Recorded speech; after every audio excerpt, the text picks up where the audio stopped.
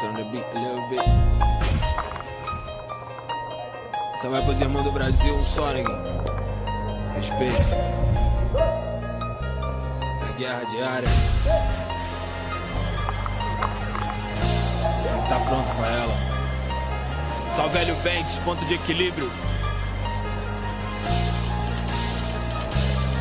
Eu vejo a multidão de cegos só crescendo, olho na terra. Quer as joias da coroa, força e fronteira se altera. Geral quer ser rei, conspiram pro tempo que não espera. Impérios caem por novos reis, os tempos passam a ser de guerra. A rua sangra, tensão triplica. E eu vi camisa com desenho do mundo escrito. Isso aqui de quem se antecipa, eu incorporo Sun Tzu. Polação vietnamita, Osama Bin que dinamita. Os bucha que desacredita, gritaria, choradeira, tiro, cheiro, desespero. Se entregaram, desistiram, meus irmãos escreveram. Na calada somos rádio, rap é o eco dos bueiros. Gerações nos ouviram, os que não podia ter radioleiros. Que não sabiam ler me viram, distinguiram o coração. Mensagem clara de que a tropa precisa da informação. Precisa da informação, mas precisa pra que no fim possa provar que as balas não tão tão perdidas assim. É a guerra, neguinho, pode correr não tem. Fumaçou, ouço chamar meu nome, não vejo ninguém.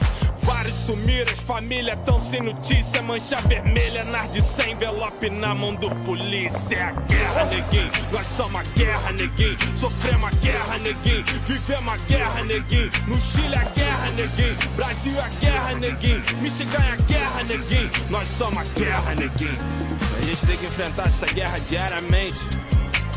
Saber que às vezes tá calor, às vezes faz frio. Entender qual é o procedimento, não se camuflar e pra frente. Por isso mesmo eu sou um deserto. Honro meu DNA sobrevivente. Ainda carrego no ombro a alma do que não tomar com a gente. Meu bonde tão destinado pra formar linha de frente. Foda-se os campos minados, porque nós caminhamos com a mente. Temos as plantas dos campos, dos climas da mata, dos cantos dos pântanos, instinto primata. Eu ataco nos flancos, nos antras da carta. Os inimigos eu empilho montanha igual dos 300 de Esparta. Rio de Janeiro, sangue segue a correntezas. E